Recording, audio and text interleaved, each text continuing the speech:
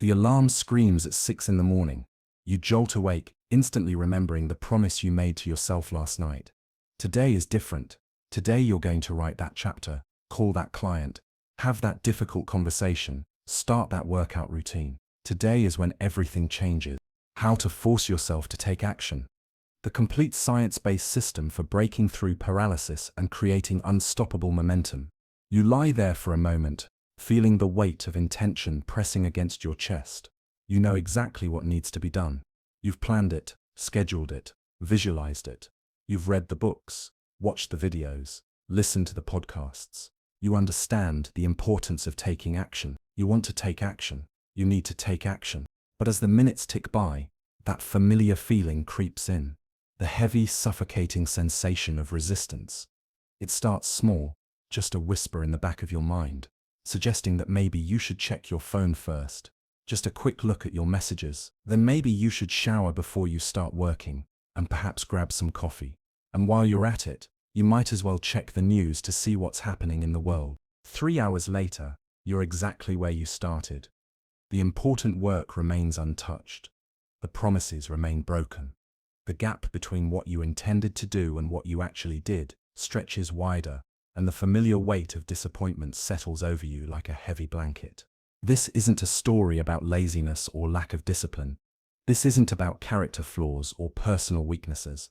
This is the story of the intention-action gap, one of the most pervasive and destructive patterns in human psychology. It affects everyone from students to CEOs, from artists to athletes, from parents to world leaders. It's the invisible force that keeps brilliant ideas trapped in notebooks, important conversations forever delayed, and life-changing habits perpetually starting tomorrow. The research is clear. Knowing what to do and actually doing it are governed by completely different neural systems. Intelligence, motivation, and good intentions operate primarily in the prefrontal cortex, the rational, planning brain. But action initiation is controlled by deeper, more primitive brain structures that respond to immediate threats and rewards. These systems often work against each other, creating an internal civil war between what you think you should do and what you actually end up doing. Most people approach this problem backwards. They try to generate more motivation, create better plans, or strengthen their willpower. They believe that the solution to inaction is more thinking, more preparation, more readiness. They wait for the perfect moment when motivation and clarity align, when obstacles disappear, when they feel confident and prepared. They're waiting for something that doesn't exist. The most successful people in any field have discovered something profound about human psychology. Action doesn't require readiness. In fact, action creates readiness. Movement generates motivation. Starting while uncertain builds confidence faster than any amount of preparation ever could. This audiobook contains the complete, science-based system for closing the intention-action gap permanently. Over the next 3 parts, you'll discover the neurological mechanisms that create paralysis and the specific techniques that guarantee movement. You'll learn why your brain is literally designed to resist action and how to work with these ancient patterns instead of fighting them. You'll understand the difference between people who consistently execute and those who remain trapped in endless preparation. Most importantly, you'll walk away with a practical, proven system for transforming any intention into immediate action. This isn't theory, this isn't motivation, this is a precise step-by-step process for becoming someone who does what they say they'll do, regardless of how they feel in the moment. The gap between intention and action has dominated your life long enough. The endless cycle of planning, postponing, and promising yourself you'll start tomorrow ends today. Because once you understand how action really works, once you learn to leverage the specific psychological and neurological triggers that create movement, you won't need willpower anymore. You won't need perfect conditions. You won't need to feel ready. You'll simply act. And in acting, you'll discover who you were always meant to become. Part 1. The Architecture of Paralysis. Understanding why you can't move. Chapter 1. The Evolution of Inaction. Why your brain fights movement. Dr. Robert Sapolsky, one of the world's leading experts on stress and human behavior, tells a story about a zebra that perfectly illustrates the fundamental mismatch between our ancient brains and modern challenges. When a zebra spots a lion, Its stress response system floods its body with powerful hormones designed for one purpose: immediate survival. Every system optimizes for the next 30 seconds. Heart rate skyrockets, muscles flood with energy, attention narrows to laser focus on the threat. The zebra runs. If it escapes, the stress system shuts off completely within minutes. The zebra goes back to grazing, its nervous system returning to baseline, as if nothing happened. This cycle of acute stress followed by complete recovery served our ancestors perfectly for millions of years. Now imagine that same zebra worrying about lions that might appear next week. Picture it lying awake at night, planning elaborate escape routes for threats that may never materialize. Envision it spending its days rehearsing what it would do if a lion appeared, reading about lion behavior, creating detailed anti-lion strategies. The zebra would be a neurotic mess, its stress system chronically activated by imaginary future threats. This is exactly what human brains do every day. Your brain evolved in an environment where threats were immediate, concrete, and life-threatening. Your ancestors faced challenges that required split-second decisions: fight the predator or run, eat the food now or risk starvation, seek shelter immediately or freeze to death. The neural circuitry that kept them alive is the same circuitry operating in your head right now, trying to navigate a world it was never designed for. Modern challenges unfold over months, years, or decades.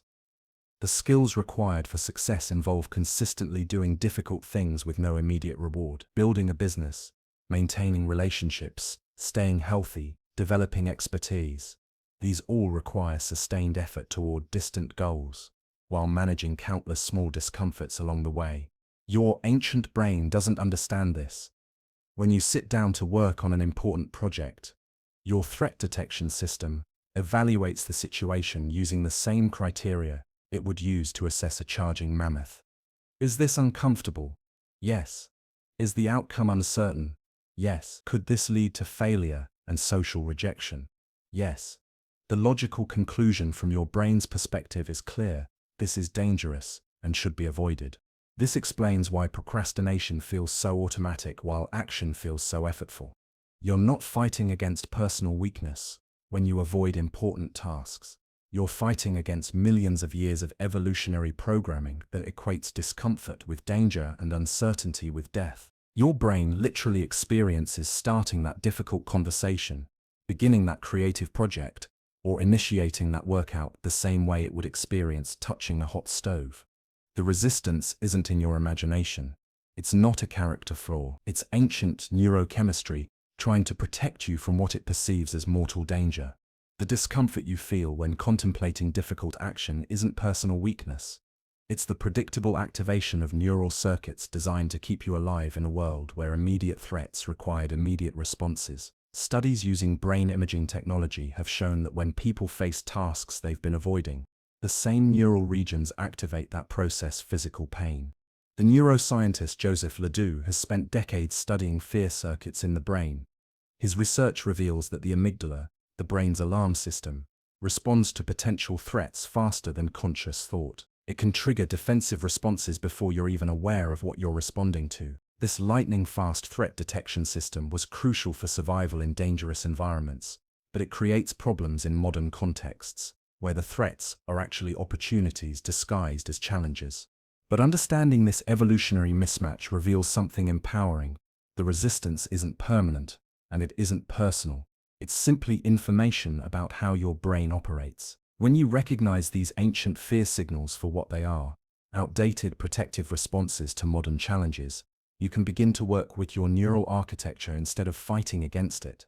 When you think about starting that difficult task, your amygdala doesn't distinguish between genuine physical danger and the psychological discomfort of uncertain outcomes.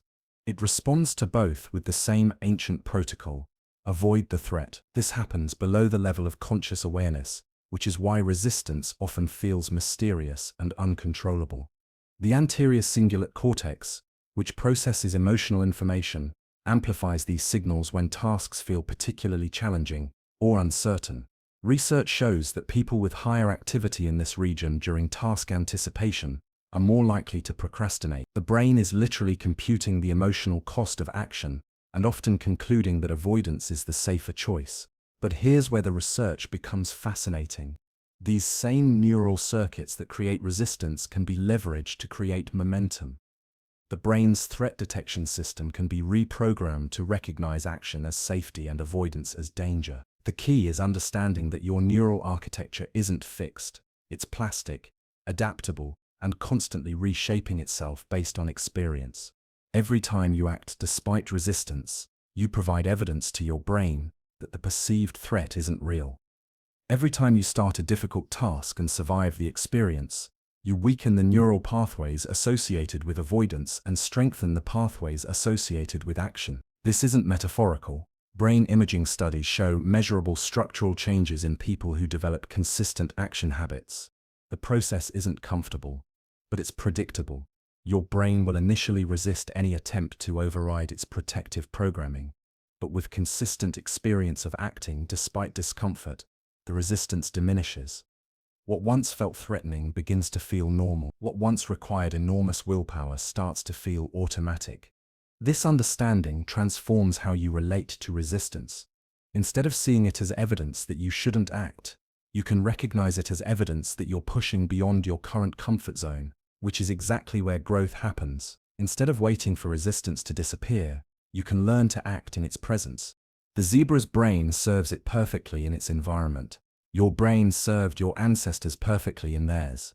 But you're living in a different world now, one that requires different responses to different types of challenges. The same neural circuits that once protected your ancestors from immediate physical threats now need to be trained to support sustained action toward long-term goals. This training doesn't happen through thinking or planning. It happens through doing. Every act of moving forward despite discomfort is a lesson to your brain that action is safe. Every experience of starting something difficult and surviving strengthens your capacity for future action. Every moment of choosing movement over comfort rewrites the ancient programming that keeps most people trapped in endless preparation. Your brain isn't broken. It's not defective. It's simply operating according to rules that made sense in a different world. Once you understand those rules, you can work with them to create the life you actually want to live. Chapter 2. The Neuroscience of Avoidance: How Fear Hijacks Your Decision-Making. Dr. Earl Miller's groundbreaking research at MIT has revealed something remarkable about how human attention works that changes everything we thought we knew about motivation and action. Using sophisticated brain monitoring equipment, his laboratory discovered that the human brain can only consciously focus on one thing at a time. This seems obvious until you realize its profound implications for why people struggle to move from intention to action. When you're actively engaged in doing something, your brain literally doesn't have the neural capacity to simultaneously process fear about the outcome.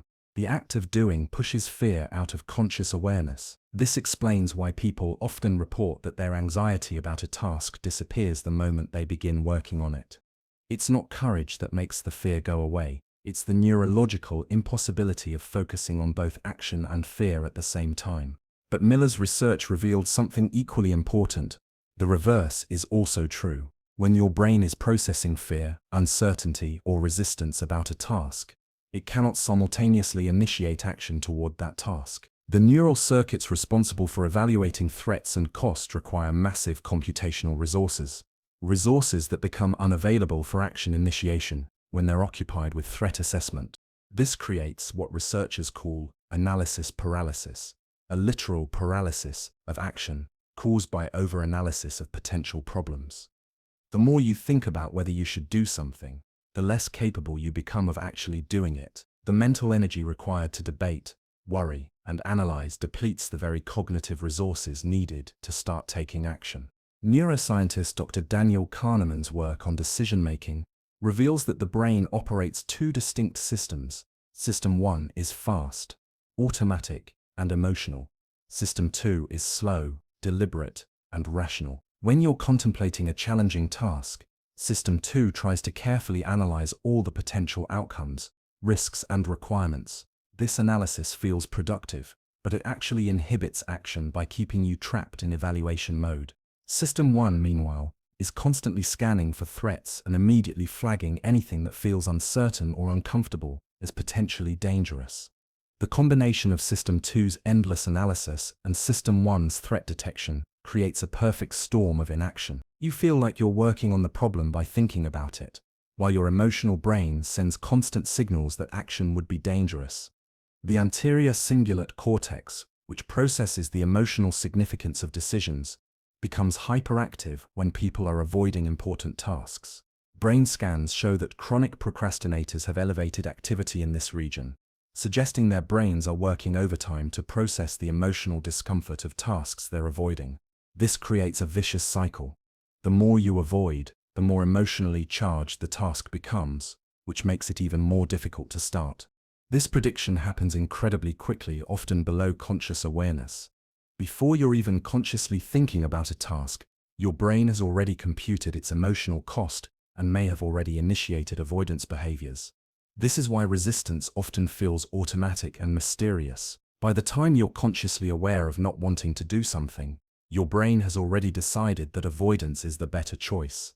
Dr. Timothy Pichel's research at Carleton University has shown that procrastination isn't really about time management or poor planning. It's about emotion regulation. People delay action not because they don't know what to do or how to do it, but because they want to avoid the negative emotions associated with starting. The brain predicts how starting a task will feel and chooses avoidance to escape that predicted discomfort. The neurotransmitter dopamine plays a crucial role in this process. Traditionally thought of as the reward chemical, dopamine actually functions more like a motivation chemical. It's released when your brain anticipates something good will happen, creating the drive to pursue goals. But dopamine is also heavily influenced by uncertainty. When outcomes are unpredictable, dopamine release becomes erratic, making sustained motivation difficult to maintain. Most challenging tasks involve significant uncertainty. You don't know if your project will be successful, if your conversation will go well, if your workout will be effective. This uncertainty disrupts dopamine signaling, reducing the brain's natural motivation to pursue these activities. The result is a neurochemical environment that favors immediate, certain rewards over long-term, uncertain benefits.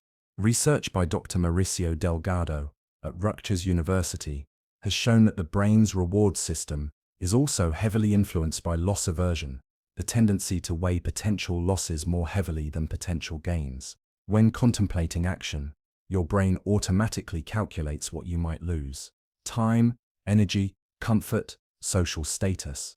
These potential losses feel immediate and vivid, while potential gains feel distant and abstract. This loss aversion creates what economists call temporal discounting, the tendency to value immediate outcomes more than future outcomes. The discomfort of starting a task is immediate and certain. The benefits of completing it are future and uncertain. Even when you logically understand that the long-term benefits outweigh the short-term costs, your neural circuits are wired to prioritize the immediate over the distant. The prefrontal cortex, responsible for executive function and self-control, tries to override these ancient tendencies, but it has limited capacity. Neuroscientist Roy Baumeister's research on ego depletion shows that self-control functions like a muscle that becomes fatigued with use. The more you rely on willpower to force action, the less willpower you have available for subsequent tasks. This is why people often find that their motivation and self-control are highest in the morning and decline throughout the day. It's also why periods of high stress or cognitive demand make action initiation more difficult. When your mental resources are depleted, the ancient avoidance systems become more powerful relative to your conscious intentions. But understanding these neural mechanisms reveals specific intervention points. If avoidance is driven by emotional prediction, then the solution involves changing how your brain predicts the experience of action. If resistance is caused by uncertainty disrupting motivation, then the solution involves creating more certainty around the action process, even if the outcomes remain uncertain. The key insight from neuroscience research is that you don't overcome these systems through force or willpower. You work with them by understanding their logic and providing them with better information. Your brain avoids action because it's trying to protect you from predicted harm. When you consistently demonstrate through experience that action leads to positive outcomes rather than negative ones, the brain updates its predictions and resistance naturally diminishes. This requires what researchers call experiential learning, learning through direct experience rather than abstract reasoning. You can't think your way out of avoidance patterns. You have to act your way out of them. Each experience of taking action despite resistance provides data to your brain about the actual consequences of action versus the predicted consequences. The brain's avoidance systems aren't your enemy. They're ancient protective mechanisms trying to keep you safe. But they're operating with outdated information about what constitutes safety in the modern world. By understanding how these systems work and providing them with better data through consistent action, you can transform them from obstacles into allies in your pursuit of meaningful goals. Over time, this experiential data overwrites the ancient programming that equates discomfort with danger. The neural pathways associated with avoidance weaken, while the pathways associated with action strengthen. What once felt threatening begins to feel normal. What once required enormous effort starts to feel automatic. Chapter 3: The Dopamine Deception. Why motivation is backwards. Dr. Wolfram Schultz changed everything we thought we knew about motivation with a simple experiment involving monkeys, juice, and electronic brain monitoring. In his laboratory at Cambridge University, he trained monkeys to perform simple tasks in exchange for fruit juice rewards. What he discovered about dopamine, the brain chemical most people associate with pleasure and reward, revolutionized our understanding of human motivation and action. The conventional wisdom held that dopamine was released when you experienced something pleasant. Get a reward, feel good, dopamine flows. This seemed logical and matched most people's intuitive understanding of how motivation works. You do things because they make you feel good. But Schultz's recordings from individual dopamine neurons told a different story entirely. Dopamine wasn't released when the monkeys received their juice reward. It was released when they anticipated the reward. More fascinating still, as the monkeys learned the task better, dopamine release shifted earlier and earlier in the sequence, ultimately firing strongest when they saw the signal that meant juice was coming, not when they actually tasted it. Even more surprising, when the expected reward was delayed or didn't arrive, dopamine levels dropped below baseline. The monkeys' brains registered the absence of expected reward as worse than no reward at all. This revealed something profound about how motivation really works in the brain.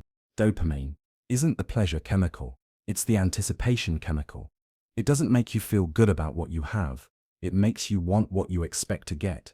It's not about satisfaction. It's about seeking. This distinction explains one of the most puzzling aspects of human behavior, why people can simultaneously want something intensely while not enjoying it when they get it.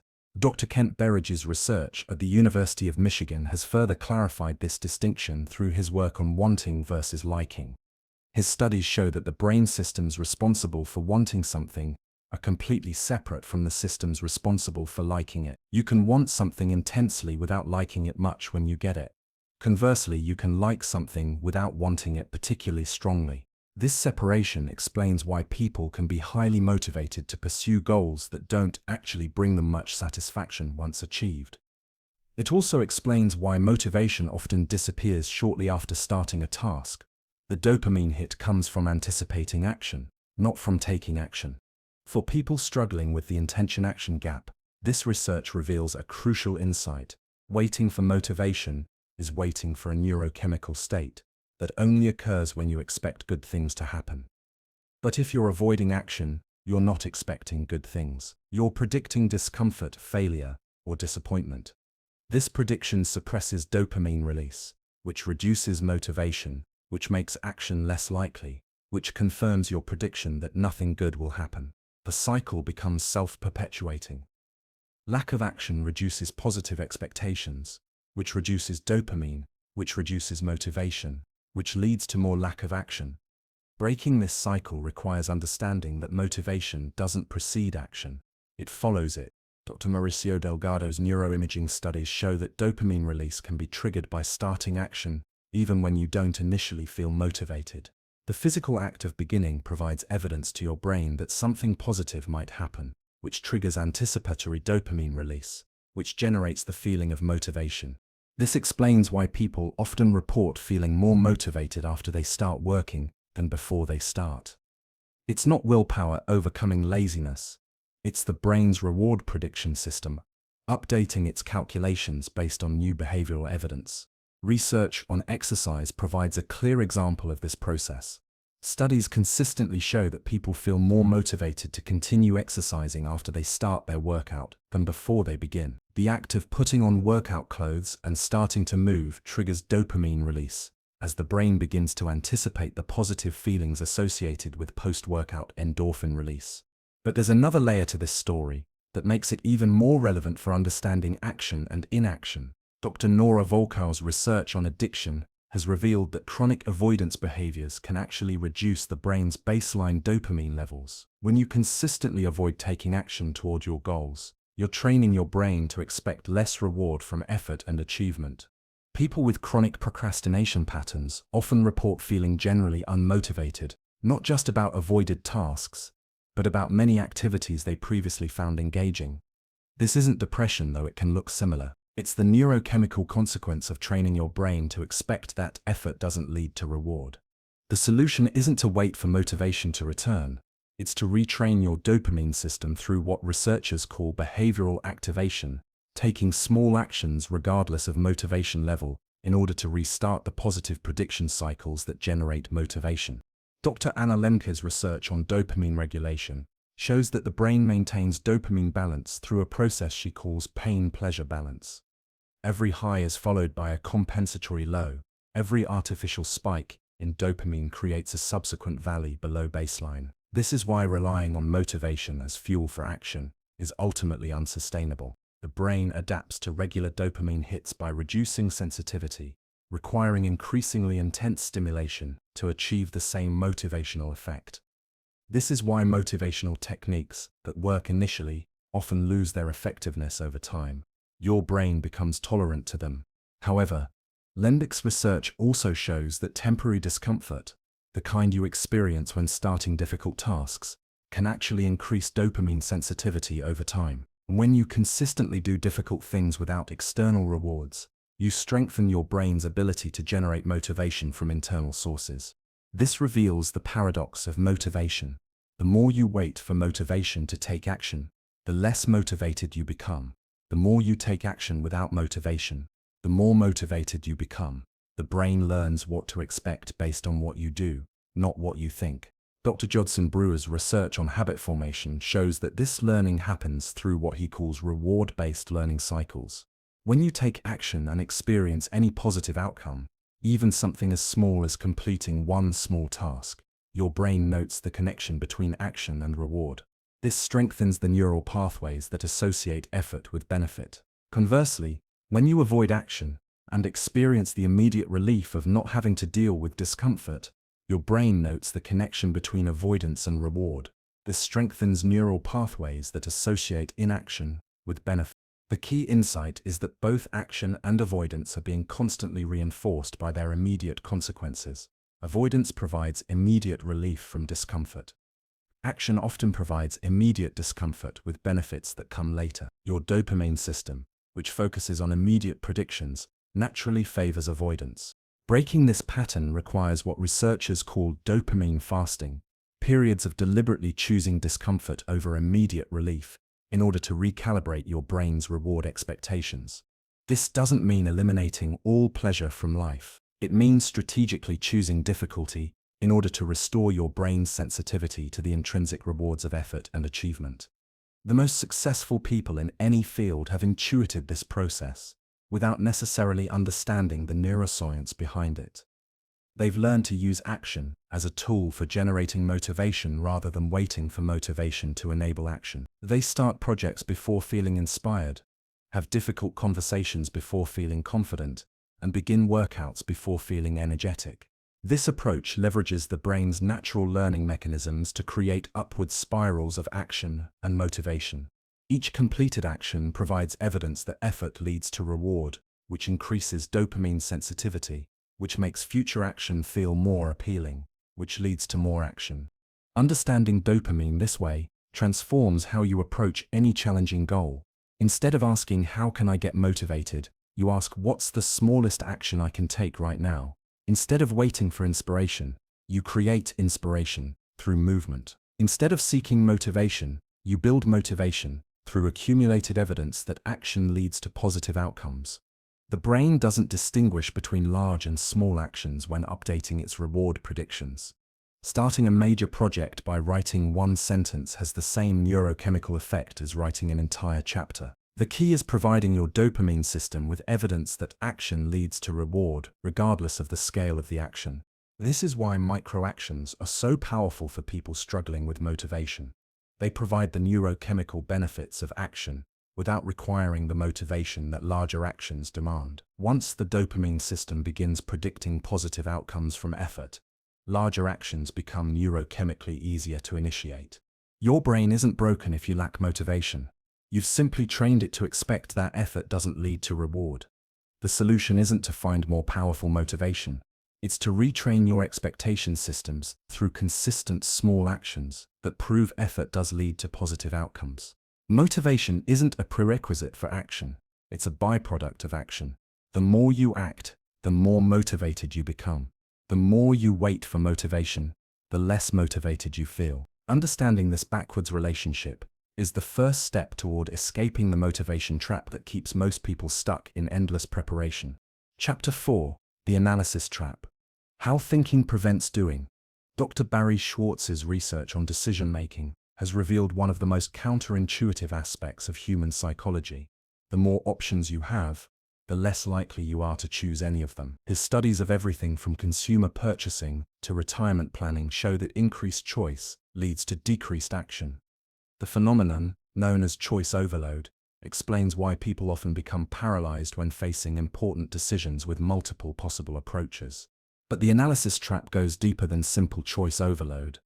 Research in cognitive psychology shows that the human brain has a limited capacity for what neuroscientists call executive function, the mental processes involved in planning, decision-making, and self-control. When this capacity is overwhelmed by analysis, it becomes unavailable for action initiation. Dr. Kathleen Voss's experiments at the University of Minnesota demonstrate this clearly. In one study, participants who were asked to make several small decisions before beginning a task showed significantly reduced persistence and performance compared to participants who began the task immediately. The mental energy spent on decision-making depleted the cognitive resources needed for sustained effort.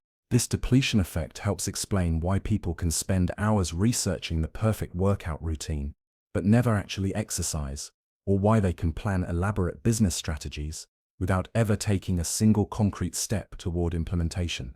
The analysis feels productive because it engages the same mental systems involved in problem-solving and planning, but it actually undermines action by consuming the finite cognitive resources needed to translate plans into behavior.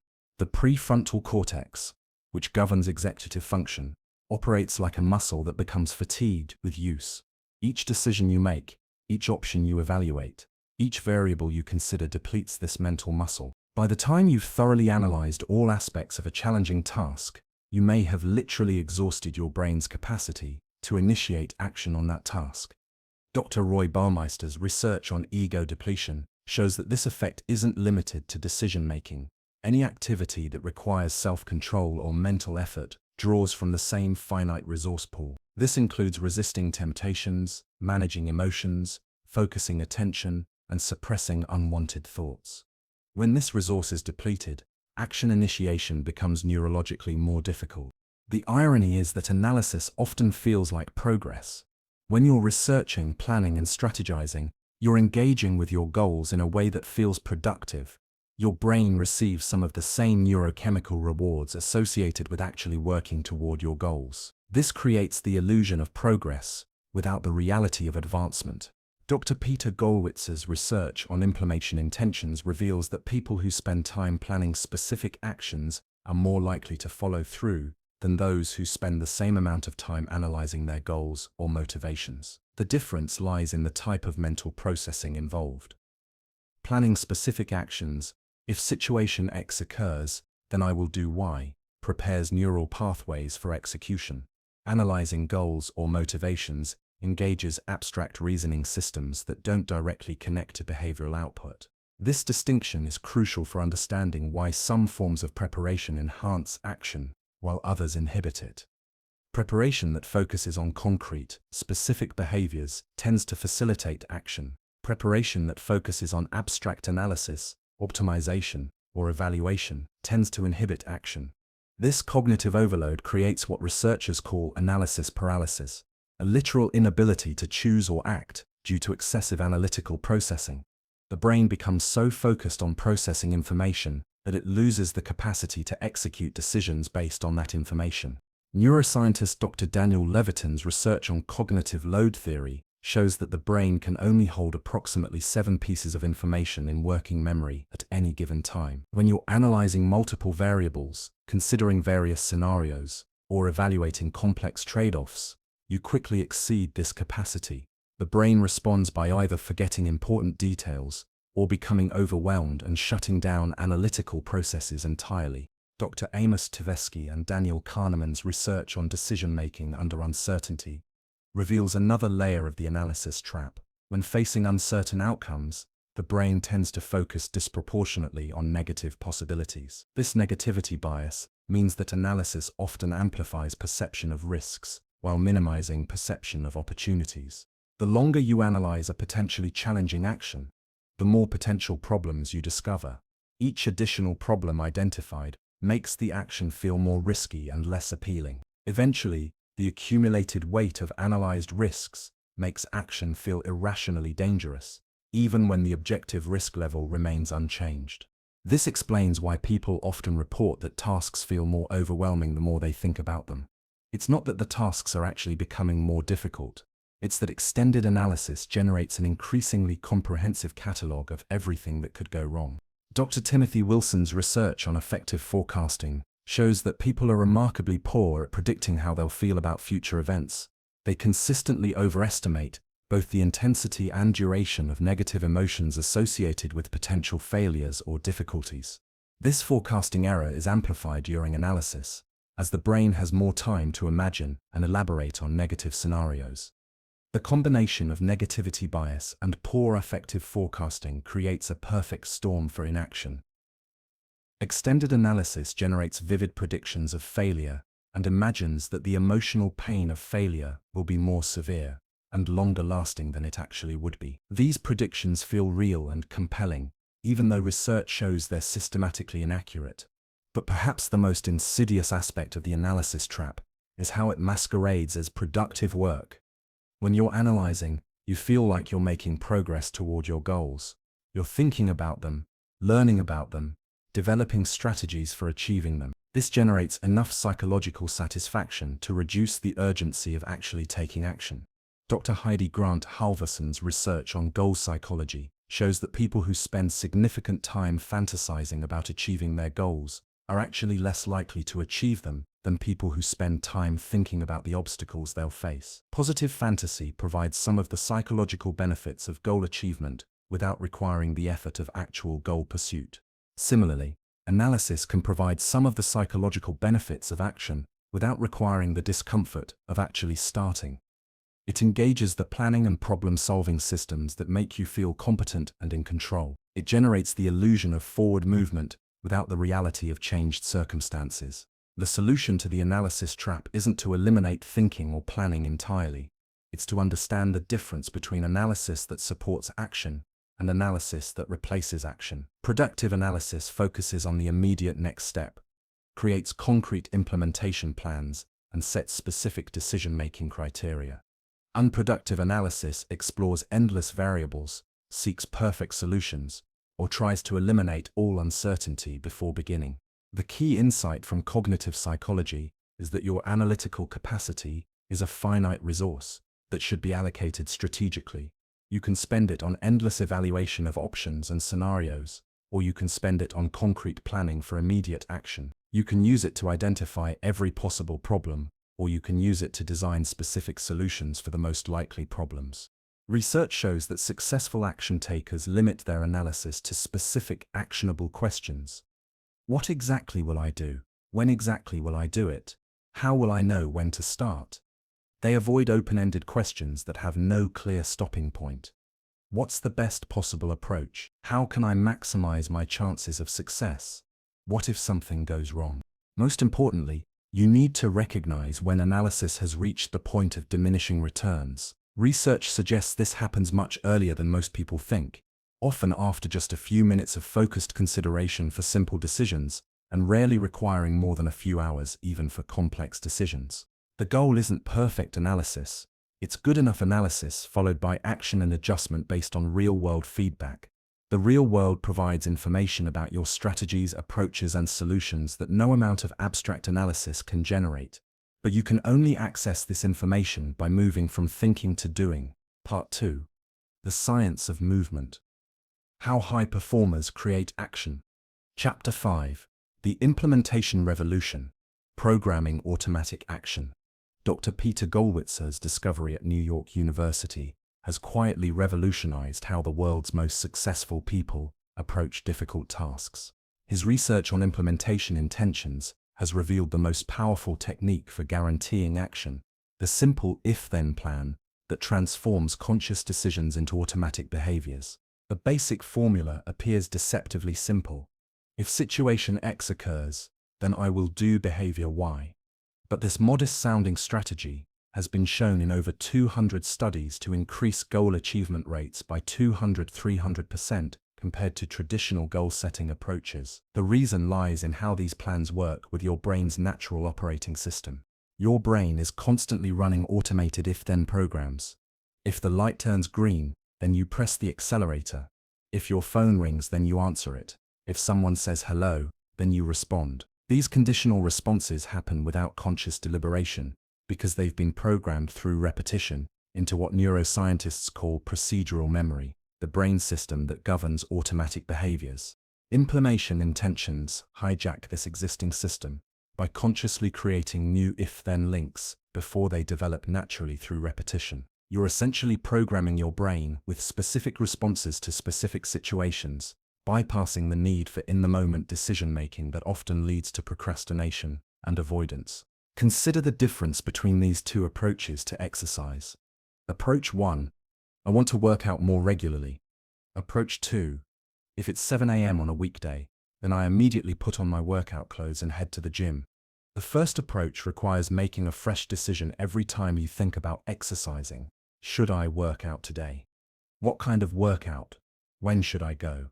How long should I exercise? Each decision point is an opportunity for resistance to derail action, and each decision depletes the finite mental energy you have available for actually exercising. The second approach eliminates all decision points. When 7 a.m. arrives on a weekday, the response is predetermined. You don't debate whether to exercise. You don't consider alternatives. You don't evaluate how you feel. You simply execute the pre-programmed response. Dr. Pascal Sheeran's meta-analysis of implementation intention studies shows that this technique works across virtually every domain researchers have tested: academic performance, health behaviors, environmental actions, social interactions, and creative pursuits. The effect size is remarkably consistent, suggesting that implementation intentions tap into fundamental features of how the brain processes goals and actions. The power lies in how these plans work with your brain's natural architecture. Neuroscience research reveals that if-then planning creates strong associative links between environmental cues and behavioral responses. When you encounter the specified situation, your brain automatically activates the neural pathways associated with the planned response. Dr. Gabriele Oettingen's research shows that implementation intentions are most effective when they specify not just what to do, but when and where to do it. The more specific the situational cue, the stronger the automatic response becomes. Vague cues like "when I have time" or "when I feel motivated" don't trigger automatic responses because they're subjective and easily rationalized away. Effective implementation intentions use objective, unmistakable cues. When I sit down at my desk after lunch, when I walk through my front door after work, when I finish brushing my teeth in the morning. These situational triggers are concrete enough for your brain to recognize automatically, and specific enough to eliminate ambiguity about when the planned action should occur.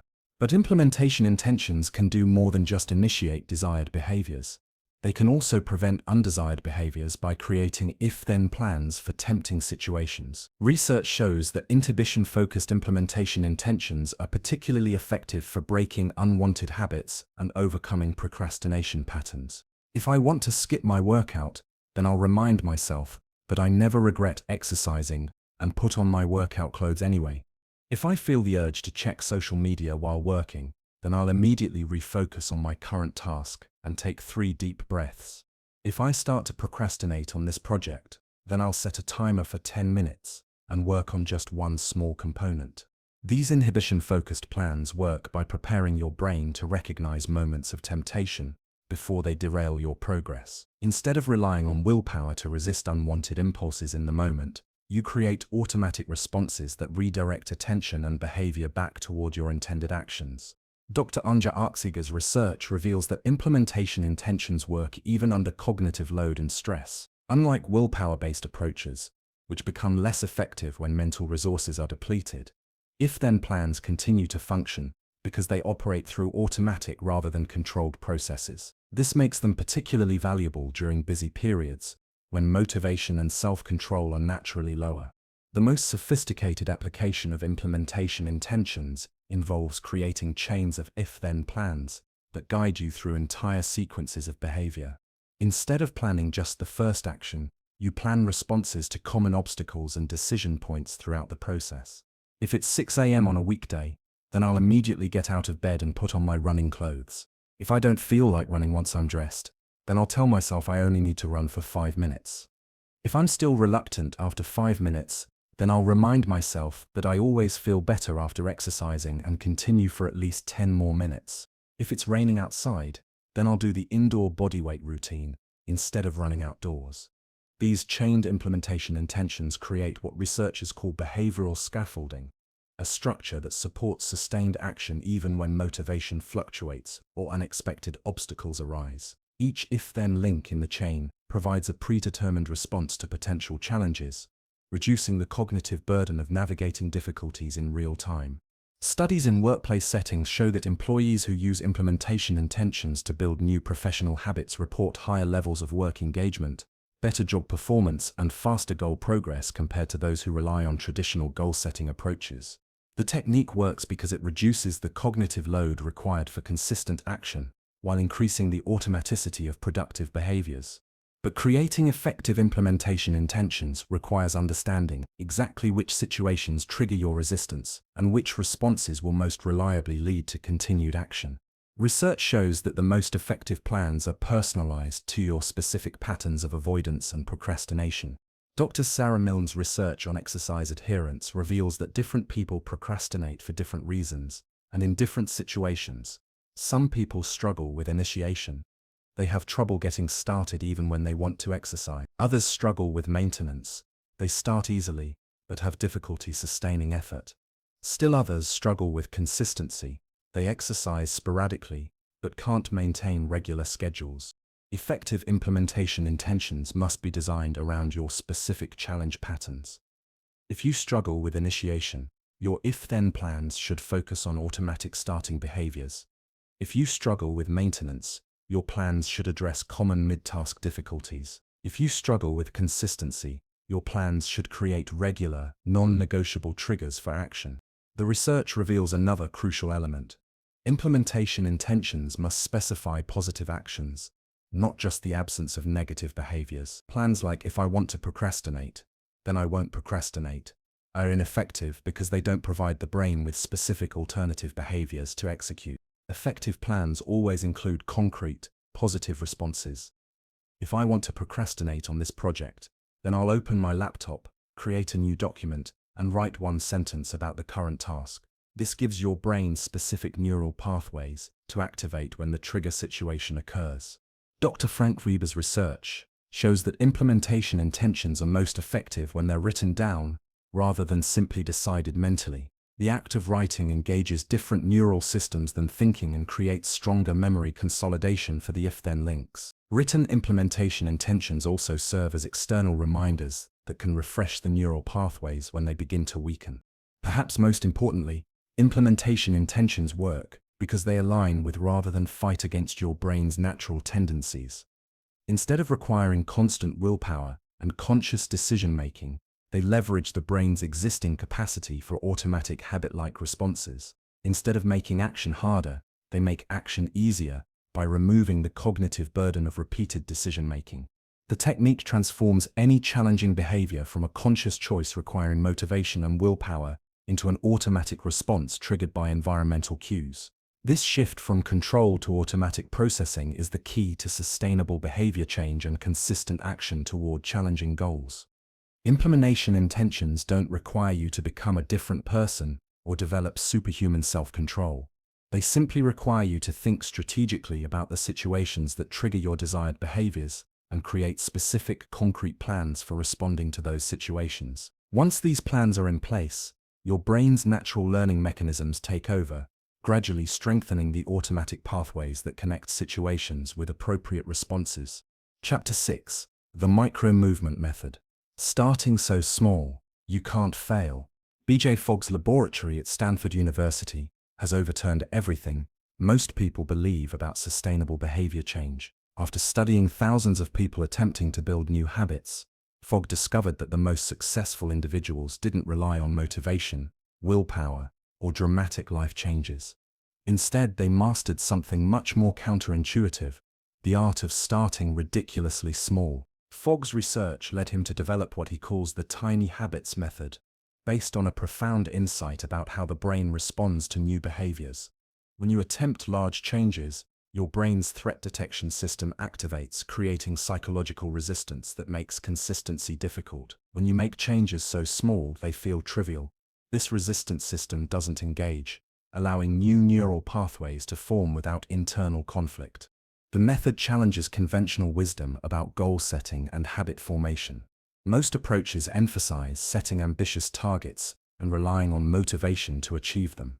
Fogg's research shows this is backwards. Sustainable change begins with actions so small they require no motivation to complete, and so simple they feel impossible to fail. Consider these examples of micro-movements. Instead of "I'll exercise for an hour every day," try "I'll put on my running shoes every morning after I pour my coffee." Instead of "I'll eat healthy meals," try "I'll put one piece of fruit on my plate at every lunch." Instead of "I'll write a novel," try "I'll write one sentence immediately after I sit down at my computer." Instead of "I'll meditate for 20 minutes daily," try "I'll take 3 conscious breaths after I finish brushing my teeth." These actions seem absurdly small, and that's precisely why they work. Your brain doesn't perceive trivial changes as threats to your current way of being. You can put on running shoes without triggering the complex emotions associated with exercise. You can write one sentence without activating fears about your writing ability or the quality of your work. But Dr. Sean Young's research on behavior change at UCLA reveals something fascinating about these micro-movements. They often naturally expand into larger behaviors because you're already engaged with the activity. Once your running shoes are on, taking a short walk feels easy. Once you've written one sentence, writing a few more feels natural. Once fruit is on your plate, eating it is the obvious next step. This natural expansion occurs because starting any behavior activates what psychologists call behavioral momentum, the tendency for action to generate more action. The most difficult part of any activity is the transition from not doing to doing. Once you're engaged, continuing feels easier than stopping. Neuroscientist Dr. Anne Graybiel's research at MIT shows that this momentum is created by changes in brain chemistry. When you begin any goal-directed activity, your brain releases small amounts of dopamine in anticipation of potential rewards. This neurochemical shift makes continued action feel more appealing and effortless than it did before you started.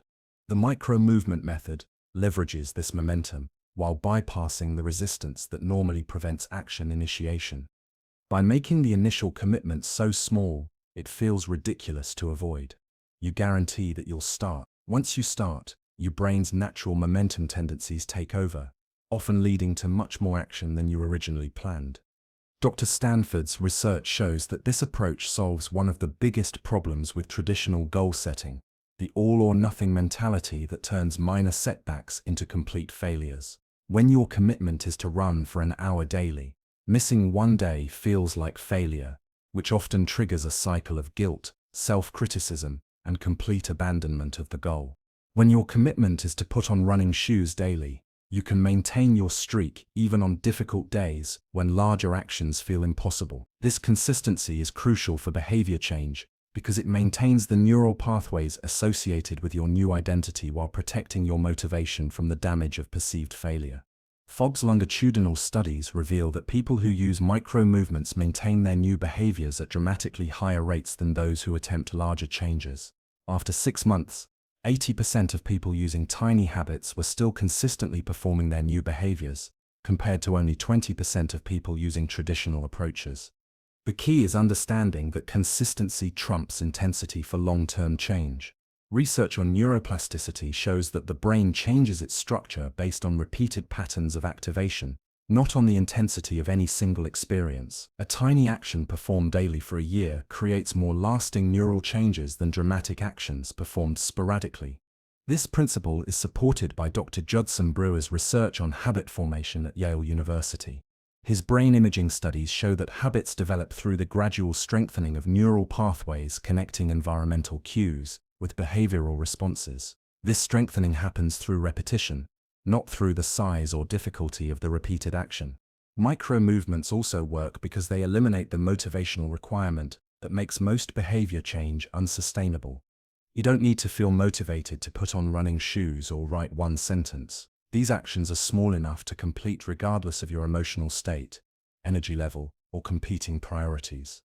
This emotional independence is crucial for long-term success, because motivation fluctuates naturally based on sleep, stress, hormones, life events, and dozens of other factors beyond your control. Building habits that depend on feeling motivated guarantees inconsistency. Building habits that work regardless of motivation creates the foundation for sustainable change. But micro-movements must be carefully designed to be effective. Research shows they need to be small enough to feel easy, but meaningful enough to create genuine progress toward larger goals. They need to be specific enough to be measurable, but flexible enough to accommodate changing circumstances. Dr. Charles Duhigg's research on habit formation reveals that the most effective micro-movements are tied to existing habits or routines, creating what researchers call habit stacking. By linking the new micro-action to something you already do consistently, you leverage existing neural pathways to support the new behavior. After I pour my morning coffee, I'll write one sentence in my project. After I sit down at my desk at work, I'll identify my top 3 priorities for the day. After I eat lunch, I'll send one appreciative message to someone in my life. After I get into bed, I'll think of 3 things I'm grateful for from the day. The existing behavior becomes the environmental trigger for the new behavior, creating an automatic sequence that requires no additional memory or decision-making. This stacking approach is particularly powerful because it works with your brain's existing neural pathways rather than trying to create entirely new ones. Dr. Wendy Wood's research at USC shows that environmental cues are much more powerful than internal motivation for triggering behavioral responses. When you connect micro-movements to specific environmental triggers, you create external activation systems that don't depend on remembering to act or feeling motivated to act. The micro-movement method also leverages what psychologists call identity reinforcement. Each time you perform even a tiny version of your desired behavior, you provide evidence to your brain that you're the kind of person who engages in that behavior. This identity shift is often more important than the specific actions themselves. When you write one sentence daily, you begin to see yourself as a writer. When you put on running shoes daily, you begin to identify as someone who exercises. When you practice one guitar chord daily, you start thinking of yourself as a musician. These identity changes create internal motivation for expanded action, because people naturally prefer behaviors that align with their self-concept. Dr. James Clear's research on identity-based habits shows that this approach is more sustainable than goal-based approaches, because it focuses on who you want to become rather than what you want to achieve. Goals are external targets that can be reached and then abandoned. Identity changes are internal transformations that naturally generate continued behavior aligned with the new self-concept. But perhaps the most powerful aspect of micro-movements is how they create what researchers call self-efficacy spirals. Each successful completion of a micro-action provides evidence that you can follow through on commitments to yourself. This strengthens your belief, your ability to create change, which makes larger changes feel more achievable. Dr. Albert Bandura's research on self-efficacy shows that belief in your ability to execute behaviors necessary to produce specific performance attainments is one of the strongest predictors of actual performance. Micro-movements build this belief through accumulated evidence of capability rather than through abstract positive thinking. The method works because it aligns with rather than fights against your brain's natural resistance to change. Instead of trying to overcome resistance through force or willpower, it makes changes so small that resistance doesn't activate. Instead of requiring you to become a different person overnight, it allows gradual transformation through incremental identity shifts. Most importantly, micro-movements create immediate success experiences that generate positive momentum rather than the negative momentum created by failed attempts at large changes. Each day you successfully complete your micro-action, you strengthen both the neural pathways associated with the behavior and your confidence in your ability to create lasting change. The goal isn't to stay small forever. The goal is to start small enough that success is virtually guaranteed, then allow natural expansion and progression to occur as the behaviors become more automatic and your identity shifts to support them. Research shows this organic growth is much more sustainable than forced progression based on external timelines or expectations. Chapter 7: The Environment Equation. Engineering Success Through Smart Design. Professor Brian Wansink's research at Cornell University's Food and Brand Lab revealed something that transformed how we understand human behavior. His studies of eating habits showed that people make over 200 food-related decisions every day, yet they're only consciously aware of about 15 of them. The vast majority of what we eat is determined not by conscious choice, but by environmental factors we rarely notice. The size of our plates, the visibility of different foods, the location of items in our kitchen. This research illuminated a profound truth. The environment shapes behavior far more than personality, willpower, or conscious intentions. People consistently underestimate how much their surroundings influence their actions and overestimate the role of internal factors like self-control and motivation. This insight has revolutionary implications for anyone wanting to take more consistent action. Instead of relying on willpower to overcome environmental resistance, you can design your environment to make action easier and inaction harder. Instead of fighting against your surroundings, you can enlist them as allies in your behavior change efforts. Dr. Robert Cialdini's research on influence and persuasion has identified the specific principles that make environmental design effective for behavior change. The key is understanding that your environment can either support your intentions or undermine them. Most people fight against undermining environments using willpower, while smart action takers redesign their environments to align with their goals. Environmental design for action involves three fundamental principles: reducing friction for desired behaviors, increasing friction for undesired behaviors, and creating visual cues that automatically prompt appropriate actions. Reducing friction means eliminating the small obstacles that make desired actions feel difficult or inconvenient. Research shows that even tiny increases in effort can dramatically reduce behavior frequency. If you want to exercise more consistently, you might sleep in your workout clothes, keep your gym bag packed by the door, choose a gym that's directly on your route to work, or set up a home gym space that requires no setup time. Dr. Richard Thaler's research on behavioral economics shows that people are remarkably sensitive to small changes in convenience. In studies of retirement savings, simply changing enrollment from opt-in to opt-out increased participation rates from 30%. The same principle applies to personal behavior change. Small reductions in friction can create large increases in action frequency. If you want to read more, you might place books throughout your house, keep one in your car, download reading apps on your phone, or replace social media apps with reading apps on your home screen. If you want to eat healthier, you might pre-cut vegetables and store them at eye level in clear containers. Keep healthy snacks on your desk, or prepare grab-and-go meals on weekends. Increasing friction means adding small obstacles that make undesired actions feel more difficult or inconvenient.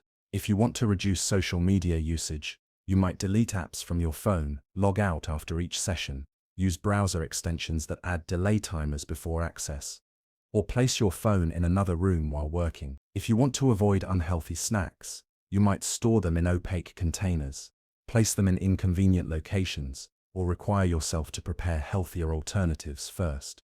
The goal is to make desired behaviors feel effortless by removing any barriers between intention and action. Every step eliminated, every tool prepared in advance, every obstacle removed, makes the behavior marginally easier and significantly more likely to occur.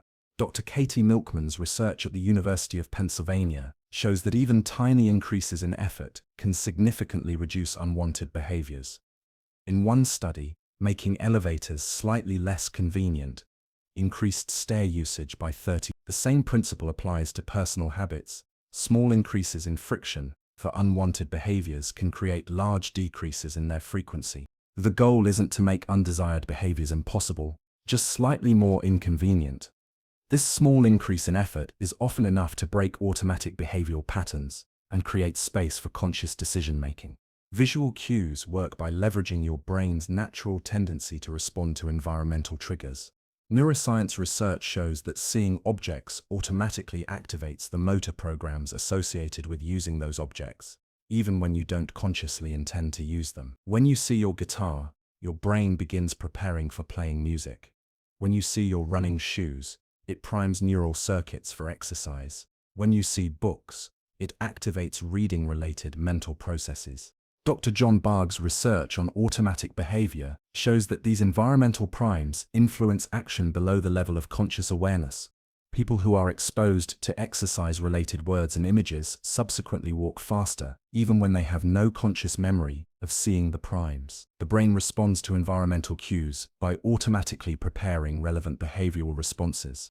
You can leverage this automatic priming by strategically placing visual reminders of desired behaviors throughout your environment.